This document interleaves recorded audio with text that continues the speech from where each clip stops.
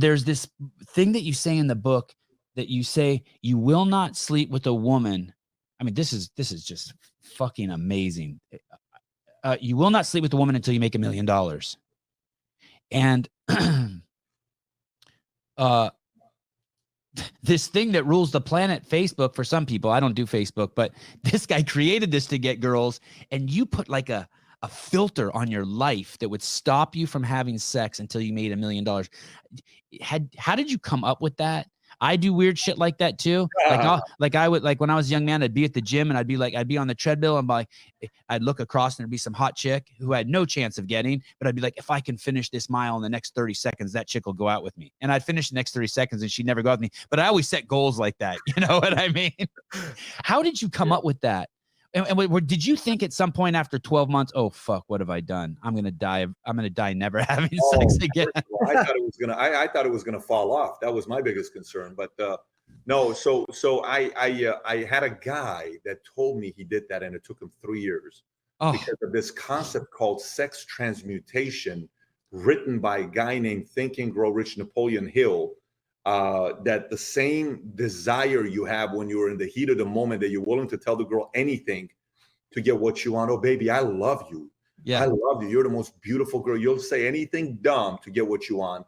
If you apply that energy towards business, you'll win.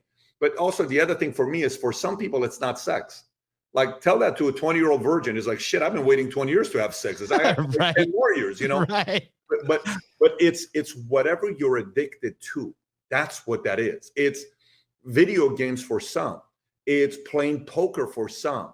It's playing, solitary for some. It's playing Scrabble for some. It's watching Netflix for some. I mean, it's whatever is consuming your mind that you're addicted to. Go on a diet of that. That's what the idea is. And that energy where you want it, you apply it in somewhere else, and it wins. Now, I remember I went 17 months. And that 17 months, it was not an easy 17 months. And the first time after 17 months, like I said, I think she's still in the hospital, but 17 months is what it was. But yeah, it was an interesting 17 months, but it created so much urgency, Sevan. Oh my God. If you only knew how much urgency it created. Did you go to the 18? How did you know when you'd reached $1 million?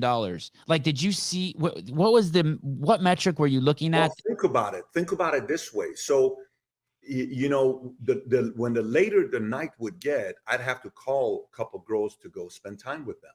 Right. But now I'm not doing that. Or if those, right. The girls were not available, then I got to go out there prospecting. Then I have to go somewhere, and right.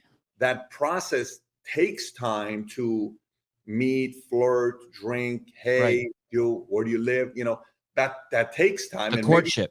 The courtship takes time, like freaking, 11 hours. Like, give me a break. Like, some 38 hours, and you're calculating how many hours it took until finally, I got what I wanted.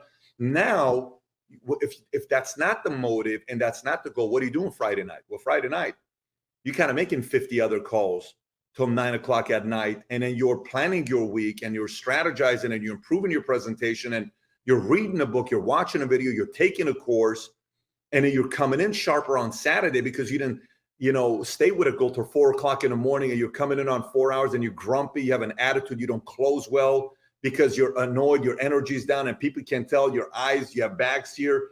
Your hair's a mess. You don't look good. So you're not confident. You don't close better. No, you're coming into work with good amount of energy. You're focused. You come in at 7 a.m. rather than 10 o'clock on a Saturday. You're working on Saturday.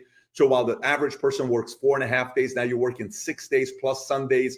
After I was done, I would go to the office at 6 o'clock at night and work till 10 o'clock at night.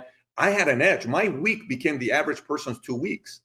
Right. And right. eventually you're going, and you're like, wait a minute, the market favors this.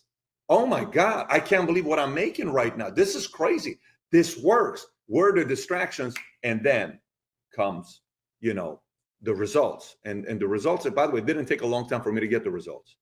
It was like boom, boom, boom, boom. It was very intentional, very focused for that 17 months.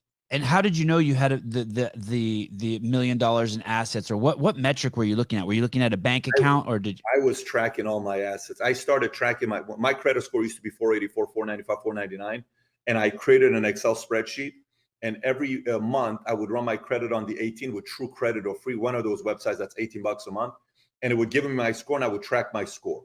And then on the bottom, I had my checking account, saving account, all my credit cards, MBNA, Discover, Amex, whatever my credit cards were, and their interest rates next to it, and how much I had, and what it was going lower and lower, and then my card collection, my art collection, my mutual fund, my stocks, and I would every month I would update that. Every month I would update that. Every month I would update that. And so, okay, boom, here's what. Oh, okay, boom, here's this stock just went up. Oh, this mutual fund. And then suddenly that grew, and the value of the business and the value of investments combined together led to, okay, we cracked that number. And then, So was it on an 18th that you stepped your foot, your back into the game? Like, was it literally like you saw on your spreadsheet, you're like, oh shit, $1,003. Hey, sweetheart, how are you? I was invited to a party by my sister and my brother-in-law. And this was at the 17th month. And this freaking drop dead gorgeous girl was there.